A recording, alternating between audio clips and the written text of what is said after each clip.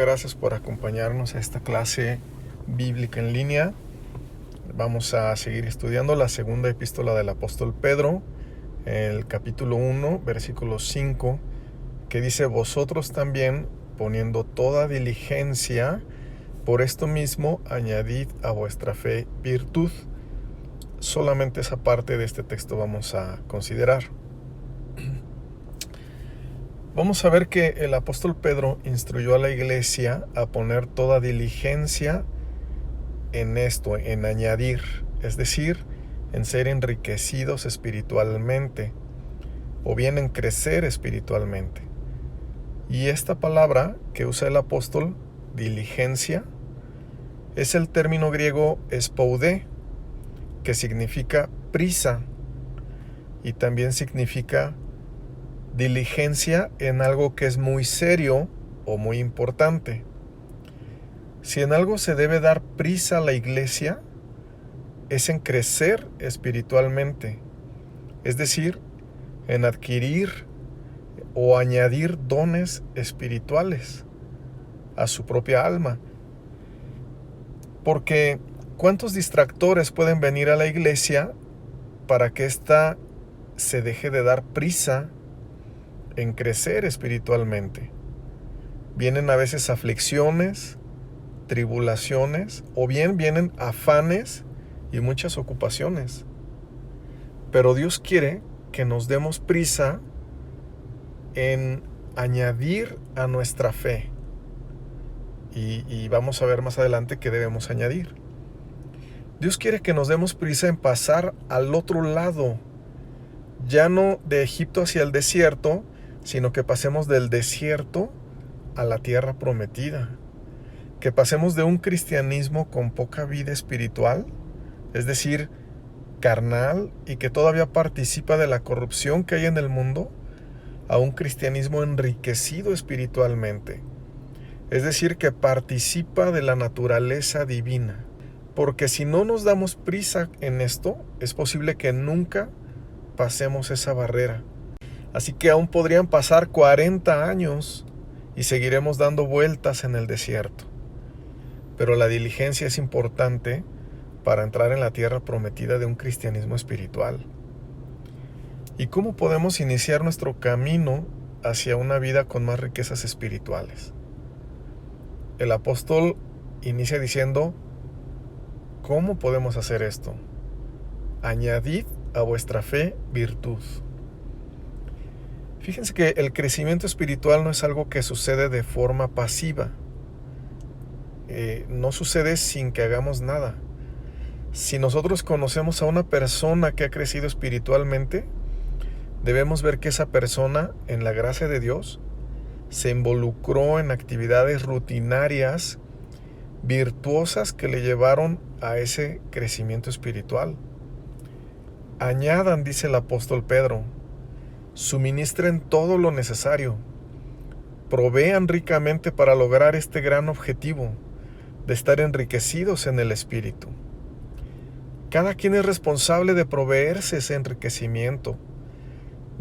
Cada quien es responsable de apartar tiempo para orar, o apartar tiempo para escudriñar las Escrituras, para asistir a la iglesia, para poner en orden nuestra propia vida, o para servir a otros en la fe de Cristo.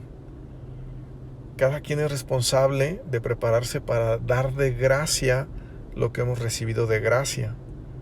Cada quien debe añadir a su fe virtud.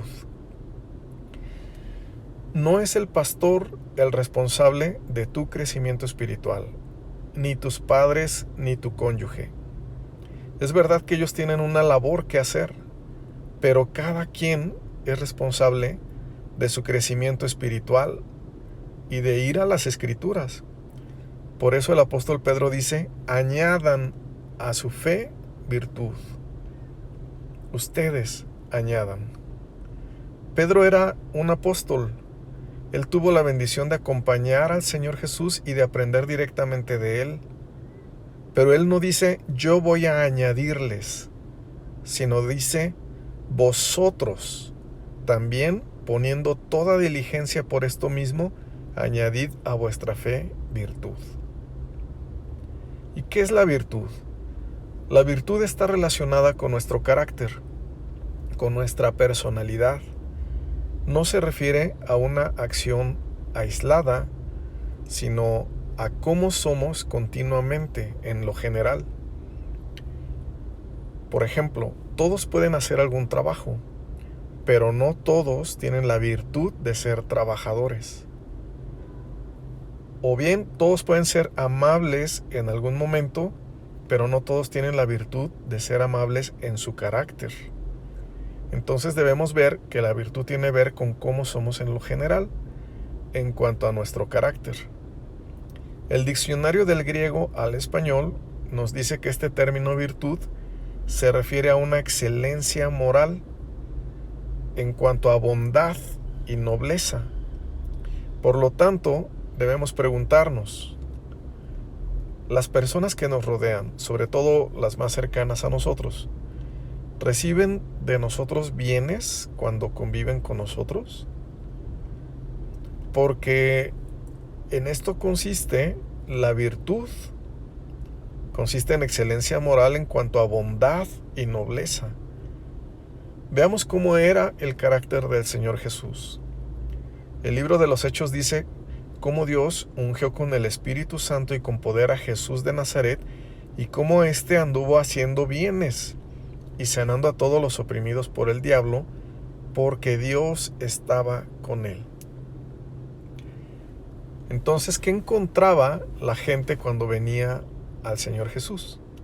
Encontraba bienes. Cuando Él hablaba, sus palabras llevaban vida espiritual a las almas de las personas. Ellos recibían bendiciones, recibían instrucciones, recibían consuelo, redención, sanidad. En sus palabras había amor, gracia, perdón, justicia. Aún sus silencios tenían un poderoso mensaje. Siempre había un bien espiritual cuando las personas venían al Señor.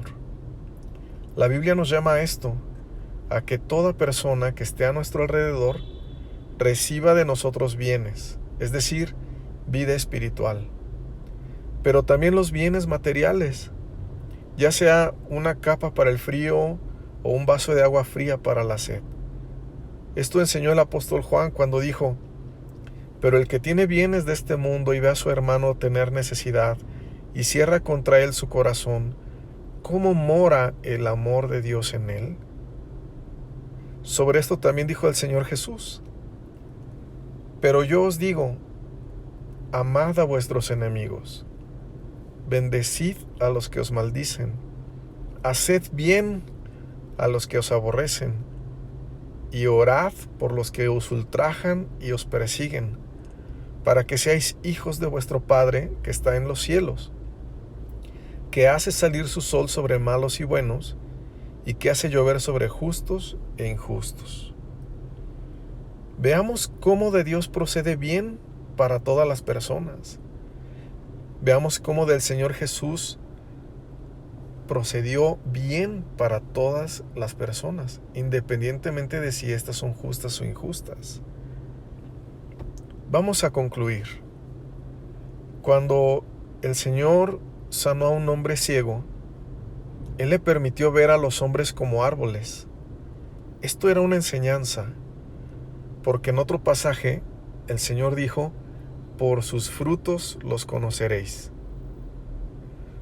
Todos los hombres dan algún tipo de fruto. ¿Cuál es el fruto que las personas que conviven contigo reciben de ti? ¿El fruto que tú das transmite vida y paz para el alma de los que están contigo? ¿O es un fruto vano o incluso amargo y difícil de comer? ¿Transmite la vida que está en Dios o transmite la ausencia de ella? Por eso vamos a orar. Recordemos que la primera instrucción que Dios le dio a Moisés para escoger a personas con responsabilidad en el pueblo de Israel fue que éstas tuvieran virtud. Dios le dijo a Moisés: además escoge tú de entre todo el pueblo varones de virtud. Esto es porque Dios quiere que las personas, que su pueblo participe de bendición, que participe de vida espiritual, del consejo de Dios, de palabras que lleven vida, que lleven comunión con Dios. Si tú tienes fe, Él quiere que tengas virtud y que transmitas así la vida que está en Cristo a otros. Pero somos nosotros, cada uno de nosotros, los responsables de añadir virtud a nuestra fe. ¿Cómo? Yendo a la oración y yendo al estudio de las Escrituras y pidiéndole a Dios que el fruto que las personas hallen en ti sea un fruto dulce, nutritivo espiritualmente, sabio y que lleve la vida de Dios. Vamos a orar. Padre Celestial, te damos gracias por tu palabra y hoy queremos escudriñarnos y reflexionar delante de ti cómo es el fruto que las personas que están a nuestro alrededor reciben de nosotros. ¿Es amargo o es dulce? ¿Transmite vida o transmite la carencia de la vida? ¿Son palabras estridentes o son palabras que transmiten amor, sabiduría, paz, confianza en ti, fe? Por eso tu palabra nos dice que añadamos a nuestra fe virtud. No es necesario una posición en una organización religiosa para transmitir la vida de Cristo. Permítenos, danos la bendición de añadir a nuestra fe virtud y que la vida que está en Cristo pueda ser transmitida a través de nosotros. Te pedimos que nos des esa rutina espiritual, esa disciplina espiritual, esa oración y ese estudio bíblico para llenarnos siempre de la rica savia. En el precioso nombre de Cristo Jesús te lo pedimos. Amén.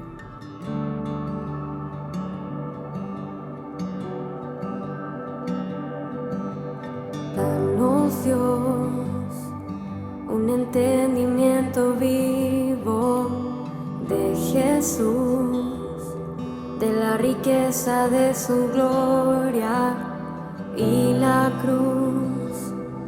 Ilumina nuestros ojos, trae tu luz.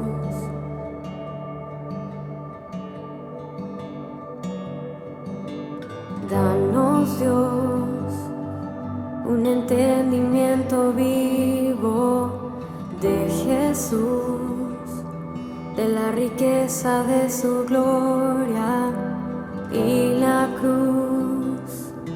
Ilumina nuestros ojos, trae tu luz.